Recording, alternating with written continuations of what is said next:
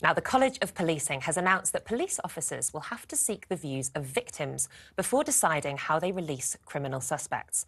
The changes mean that the victim's views must be considered when deciding bail conditions, such as limits on who a suspect can contact, where they can live, and whether there should be a curfew. It's part of an initiative to reduce repeat violence by suspects who are under police investigation. It's a move that I really support. I haven't told all of you about this, but I had an online stalker for several years. He would send me physical threats to not just me, my family, rape threats, things like that. He said that he was following me on public transport. I didn't know who this guy was. Anyway, I sent everything over to the police after 3 years. I thought, you know, it's probably time I do something about this. Anyway, they arrested him and they had to release him on bail. And his bail conditions were that he wasn't allowed to contact me. Now, he was the only person who knew his identity. Oh, wow. I wasn't told his name, his vague description, where he lived. I wasn't told if I knew him or even if he was my partner. Now, he's not my partner. I knew that because my partner's lovely, and especially because my partner was in the room with me when he got arrested. Anyway, so, yeah, I knew nothing about this man, except that he was a man.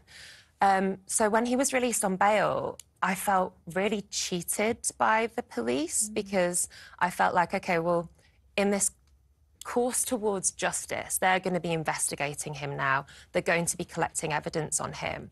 But as, sadly, women too often know, when somebody is caught in the act or they feel like their time is up, that's when things can turn to extreme violence. And that's when I felt really at risk. And I felt like if I'd been consulted by the police, which I wasn't at the time, but I did say to the police officers, I was like, just so you know, how is anyone going to know if he's broken his bail conditions? Absolutely. He could be sat in front of me and I wouldn't have a clue. I think you should definitely be put in the picture. I think that's wrong to keep you in the dark there. But there's a technical problem with this.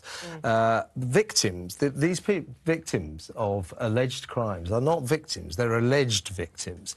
And we have a principle in this country called innocent until proven guilty. So if we start treating these people as if they're already guilty and that victims are actually victims and these are actual perpetrators, we've sort of found them guilty before they've gone to trial. But we have a broken justice system. Yeah, but you see, there's a dangerous precedent here because there are two sides to this. That first of all,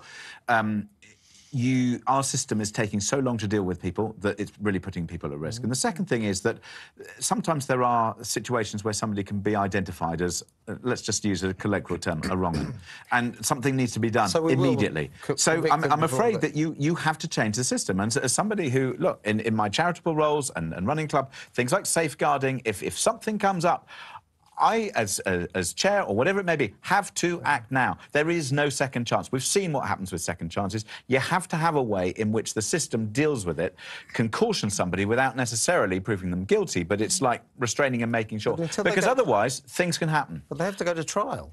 Yes, they do. Before they become but that's guilty of that. Our system is taking too long. But this is the thing, is that in the meantime, you've got people like Nicola who know that something terrible has happened to them, is happening to them, and if the police have arrested someone on suspicion of that case, then absolutely they should be given limits, and absolutely victims should be made aware that victims should be made aware that this person could be walking around their neighbourhood. I'm not an alleged victim. I just want to say I absolutely am a victim. Yeah, I know that. Absolutely. I understand that. But I'm also having to prove to you that I am a victim. I know you believe me, but I'm also not asking you...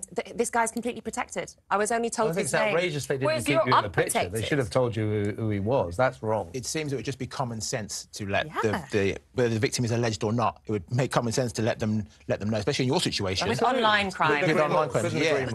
Absolutely crazy.